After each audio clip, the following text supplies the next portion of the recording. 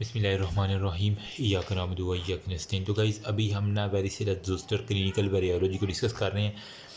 वेरिसिला zoster में basically क्या था, अगर यही मैं चार्ट लाऊँ ना तो ये डीएनए इन्वेलप्ड वायरस था। ठीक है, ये बात आपको अब कन्फर्म होगी। तो हमें अब इसके मुताबिक जो है ना अच्छा वेरिसिला ज़ोस्टर में जो वेरिसिला है ना वो बेसिकली दो चीज़ों का है ना, एक वेरिसिला रहता है, ज़ोस्टर अलग है। वेरिसिला क्या करता है हमारे पास, ये चिकन पॉक्स इन चिल्ड्रन करता है।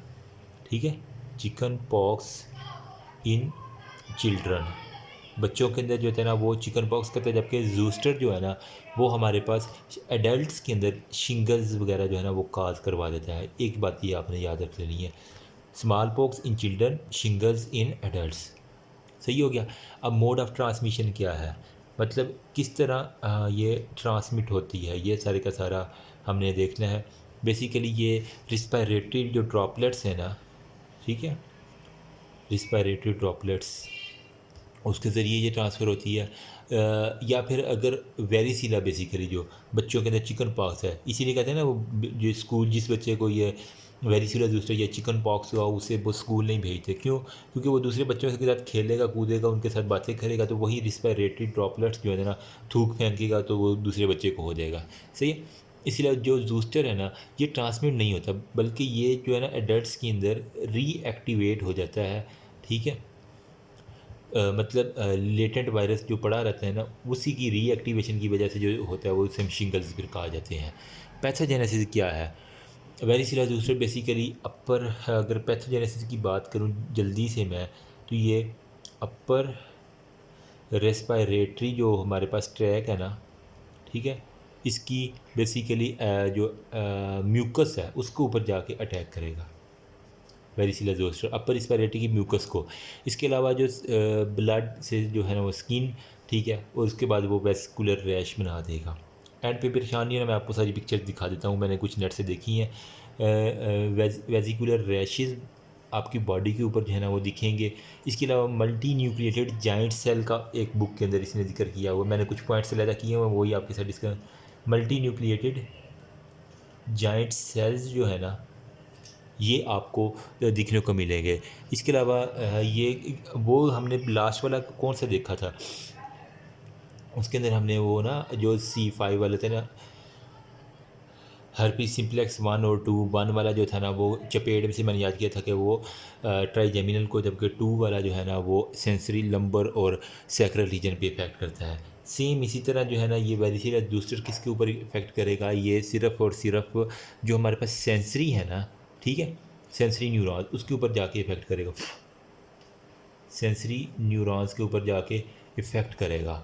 अब ये जो है ना एक्सोनल फ्लो के डॉर्सल रूट गैंग्लियन वो सारे का सारा आपको पता है, वहाँ पे जाके मतलब इन सिंपल वर्ड मैं कहूँ ना तो ये डॉर्सल रूट गैंग्लियन के ऊपर जाके इसने लेटेंट हो जाना है। सही, लेटेंट हो जाता है कहाँ पे, इन डॉर्सल रूट गैंग्लियन के ऊपर। एक बात आपने ये याद रख लेनी है।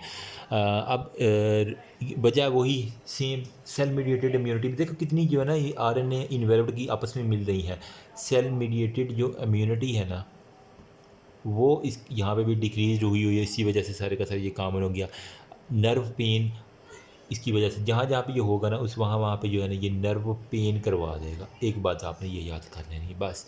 क्लिनिकल फाइंडिंग के ऊपर आ जाते किस तरह आपको पता चलेगा जनाब इसको वेरिसिला या ज़ोस्टर है, शिंगल्स हैं, ठीक है।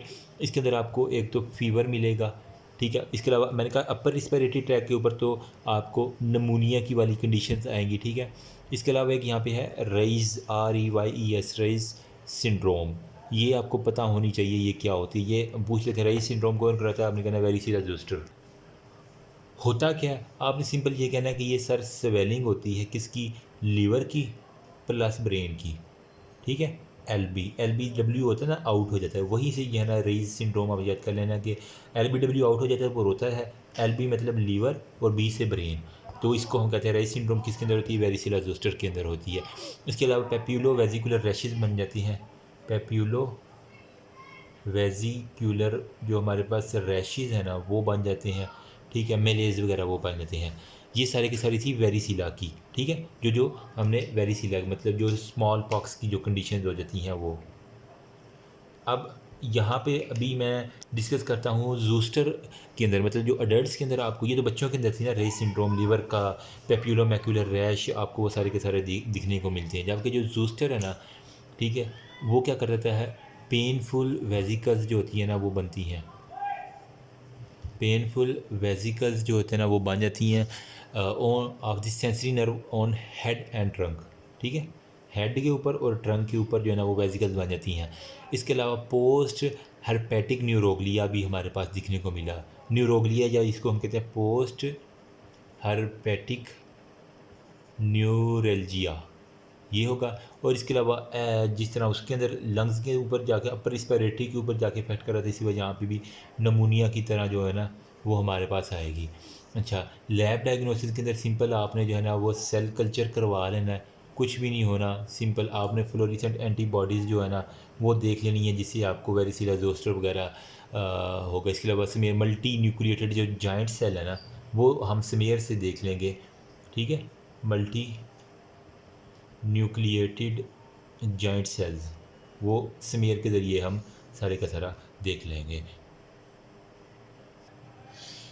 अगर आपको मैं ये पिक्चर दिखा दूँ ना तो ये देखो, बड़े खूबसूरत खूबसूरत से जिस तरह बीडीड शेप नहीं होते, ठीक है, सेम इसी तरह जो है ना वो आपको ये देखो, ये वाला देखो, ये वाला देखो, ये वाला देखो कितना प्यारा है, लेकिन ये बहुत पेनफुल होता है, ठीक है। एक आपको ये क्लिनिकल कंडीशन नज़र आएगी, ये देख लें आप, ठीक है। ये एक जिस तरह जहाँ जहाँ पे नर्व जा रही होती है ना डर्माटोम्स के ऊपर जा जा के ना, ये सेम उसी तरह खूबसूरत, जिस तरह मेहंदी लगाते हैं ना वैसे वैसे ये देखो, देखो एक पैटर्न के साथ आपको दिखने को मिलेगा। इसे हम कहते हैं हर्पीस जूस्टर जो होते हैं ना वो इन्फेक्शन सारे का सारा है। अगर अब मैं यहाँ पे ये वाला दिखा दूँ, बस ज़्यादा नहीं दिखाऊंगा, फिर यूट्यूब वाले कहेंगे कि ये तुम क्या यहाँ पे अपलोड कर रहे हो, ठीक है। तो ये वाली जो चीज़ें हैं ना बस आपको आनी चाहिए। होप सो कुछ ना कुछ समझ आ गई होगी।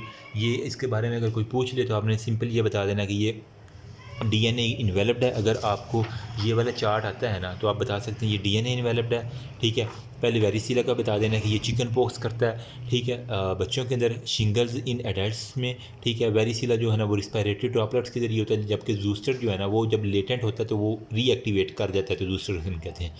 वेजिकुलर रैश होती है मल्टी न्यूक्लिएटेड जॉइंट सेल, मैंने दिखा दी, ये डॉर्सल रूट गैंग्लियन के ऊपर लेटेंट फॉर्म में चले जाती हैं, और जो जूस्टर है ना वो पेन काजिंग करवा देता है, ठीक है। फीवर होता है, नमूनिया होता है, रेइज सिंड्रोम जिसके अंदर लिवर और वो सारे का सारा ब्रेन जो है ना उसकी इन्फ्लेमेशन हो जाती है। जबकि जूस्टर के अंदर क्या था हमारे पास, न्यूरोलजिया था, इम्यूनो कम्प्रोमाइज के अंदर नमूनिया लाइक सिम्टम्स करवा दिया, न्यूरलजिया सॉरी, ठीक है। और इसके अलावा painful vesicle among the sensory nerve. अगर किसी ने चिकन पॉक्स नहीं देखा तो आपने देखा होगा बच्चों के अंदर जो है ना इस तरह से करके जो है ना आपको नज़र आते होंगे चिकन पॉक्स, सही है। सुरक्षित ध्यान बड़े जो है ना वेल एजुकेटेड की तरह जो है ना वो देखो, ये वाला बच्चा देखो, ये बेहतरीन एग्जांपल ये है चिकन पॉक्स की। अब आई थिंक आपके माइंड के अंदर एक मेमोरी बन गई होगी। If you have any query you can ask me. Thank you, अल्लाह हाफिज़। अभी नेक्स्ट वीडियो में हम साइटोमेगालो वायरस करते हैं।